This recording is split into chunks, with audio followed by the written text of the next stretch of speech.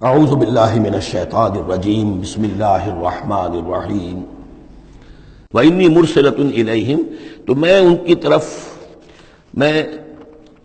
الیہم بہدیۃ، میں کچھ ہدایہ بھیجتی ہوں، کچھ میں تحفے تحائف جو ہے بڑی قیمتی چیزیں میں بھیجتی ہوں، فناظرۃ، اور پھر دیکھتی ہوں بما یرجع المرسلون، کہ جن کو میں بھیجتی ہوں جن کو ایلچی بنا کر وہ کیا جواب وہاں سے لے کر آتے ہیں، کیا پیغام لے کر آتے ہیں۔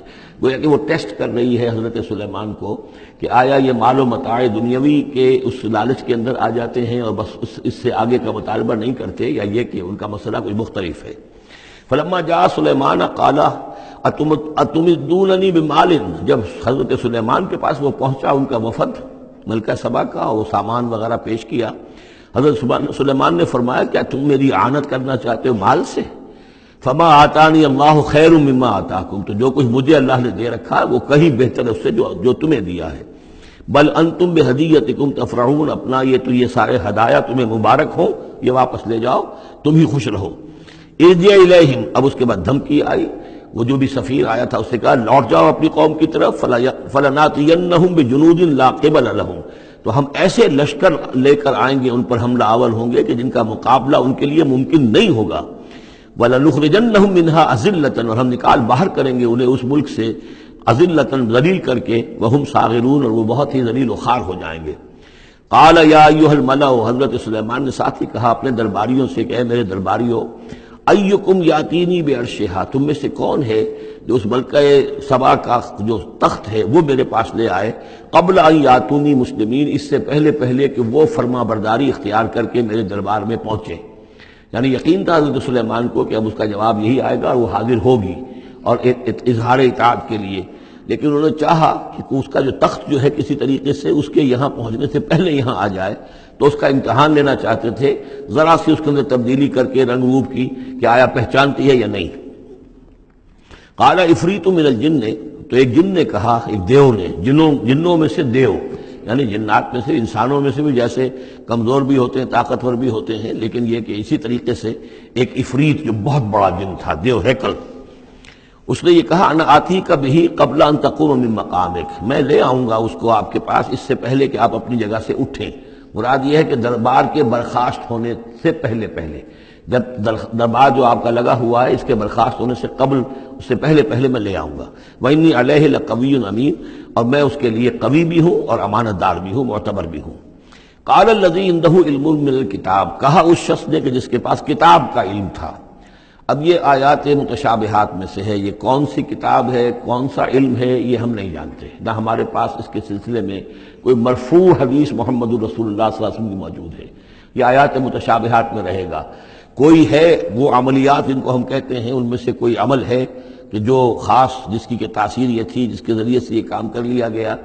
اب یہ تو ہو سکتا ہے کہ جیسے آج ہمارا معاملہ ہے تو شاید کوئی ہماری ٹیکنالوجی اس حد تک پہنچ جائے کہ کسی میٹیریل شے کو امریکہ سے تحلیل کر کے اور اس کے ایٹمز بنا کر یہاں منتقل کر دیا جائے، اور آنے واحد میں، اور پھر یہاں اس کو اسی سٹرکچر جو تھا جس سے کہ تحلیل کر کے وہ ایٹمز لیے گئے تھے اسی شکل میں پھر یہاں بنا دیا جائے۔ تو یہ انہونی باتیں تو نہیں ہیں، اب جہاں پہنچ رہی ہے ہماری ٹیکنالوجی، یہ عین ممکن ہے کہ ایسا ہو جائے، اور شاید اسی طرح کی کوئی بات ہوگی کہ جو اس وقت ہوئی ہے، واللہ اعلم۔ قال الذی عنده علم من الکتاب، تو کہا اس شخص نے جس کے پاس کتاب کا علم تھا، کہتے ہیں کہ یہ ان کا وزیر تھا آصف بن برخیہ، اور اس کے پاس خاص طور پر یعنی کتب سماویہ کا اور اللہ کے ناموں کا علم تھا۔ اب وہ ناموں کا علم جو ہمیں نام بتائے ہیں محمد رسول اللہ صلی اللہ علیہ وسلم نے، ان میں سے کسی کی تاثیر یہ نہیں ہے بہرحال، لہذا اس کا انکار تو ہم نہیں کریں گے، قرآن میں ہے، لیکن بہرحال اگر یہ چیز ایسی ہوتی کہ جس میں ہمارا ان دلچسپی لینا مفید ہوتا تو محمد رسول اللہ صلی اللہ علیہ وسلم ضرور ہمیں بتاتے۔ اگر آپ نے نہیں بتایا ہے تو اس کا مطلب یہ ہے کہ اس کھود کرید میں ہمیں نہیں پڑھنا چاہیے۔ انا آتی کا بھی قبل ان یرتد الیک طرفک، کہ میں تو لے آؤں گا اس کو اس سے پہلے کہ آپ کی نگاہ پلٹ کر آپ تک آئے۔ فلما رآہ، یہ کہتے ہی، اور وہ لے بھی آیا، فلما رآہ مستقرا عنده، دیکھا انہوں نے اس کے سامنے رکھا ہوا ہے۔ نہ صرف یہ کہ اس شخص نے کہا کہ میں لے آؤں گا آپ کی پلک جھپکنے سے پہلے، بلکہ وہ فی الواقع لے آیا، پھر جب دیکھا اس کو کہ رکھا ہوا ہے اس کے سامنے حضرت سلیمان کے، قال ھذا من فضل ربی، انہوں نے فوراً کہا، یعنی یہ کہ اس پر بھی اللہ کی بندگی کا جو ہے جو نقشہ ہے وہ یہ ہے کہ بڑی سے بڑی بات بھی ہو تو اللہ ہی کا شکر ادا کیا جائے، اسے فضل سمجھا جائے۔ کوئی اپنا کمال کہ میرا ایک وزیر بھی یہ کمال رکھتا ہے تو میں کتنا صاحب کمال ہو گیا، یہ نہیں۔ قال ھذا من فضل ربی، یہ میرے رب کا فضل ہے، لیبلونی اشکر ام اکفر، کہ وہ اللہ مجھے آزما رہا ہے کہ میں شکر کرتا ہوں یا کفران نعمت کرتا ہوں۔ ومن شکر فانما یشکر لنفسہ، جو کوئی شکر کرتا ہے وہ اپنے بھلے کے لیے کرتا ہے۔ ومن کفر فان ربی غنی کریم، اور جو کفران نعمت کی روش اختیار کرتا ہے تو میرا رب تو غنی ہے اور کریم ہے۔ قال نکروا لها عرشها، حضرت سلیمان نے فرمایا کہ ذرا اس کا جو اس ملکہ بلقیس کا جو عرش ہے، اس کا جو تخت ہے، اسے ذرا اس کی حیت بدل دو تھوڑی سی۔ ننظر، ہم ذرا دیکھیں گے، اتہتدی، کیا وہ پہچان لیتی ہے اس کو، ام تکون من الذین لا یہتدون، یا یہ کہ ان لوگوں میں سے ہوتی ہے کہ جو نہیں پہچان پاتے۔ فلما جات قیل اہٰذا عرشک، جب وہ پہنچی دربار میں پیش ہوئی تو اس سے کہا گیا کیا اسی طرح کا ہے آپ کا عرش، اہٰذا، یہ جو تخت یہاں رکھا ہوا ہے کوئی ایسا ہی تخت ہے آپ کا؟ قالت کانہ ہو، اس نے کہا نہیں، تو معلوم ہوتا ہے وہی ہے، یعنی اس نے پہچان لیا۔ مطلب ذہین عورت تھی، ویسے بھی اس کا جو قول تھا وہ بھی بڑی ذہانت پر مبنی تھا، ان الملوک اذا دخلوا قریۃ افسدوها وجعلوا عزۃ اہلها اذلہ، تو اس نے پہچان لیا۔ اہٰذا عرشک، کیا اس طرح کا ہے تمہارا عرش؟ قالت کانہ ہو، اس نے کہا نہیں، یہ تو محسوس ہوتا ہے وہی ہے۔ وَأُوتِينَا الْعِلْمَ مِنْ قَبْلِهَا، اس نے کہا ہمیں یہ ساری باتیں پہلے ہی معلوم ہو چکی ہیں، یعنی اے سلیمان آپ کا جو مقام اور مرتبہ ہے، اللہ کا جو فضل آپ پر ہوا ہے ہمارے علم میں آ چکا ہے، ہم جان چکے ہیں، یہ کوئی نئی بات میرے لیے نہیں ہے جو اس وقت اس کا مشاہدہ میں کر رہی ہوں۔ وَكُنَّا مُسْلِمِينَ، اور ہم پہلے ہی اسلام لا چکے ہیں، ہم اطاعت قبول کر چکے ہیں اور اسلام بھی لا چکے ہیں۔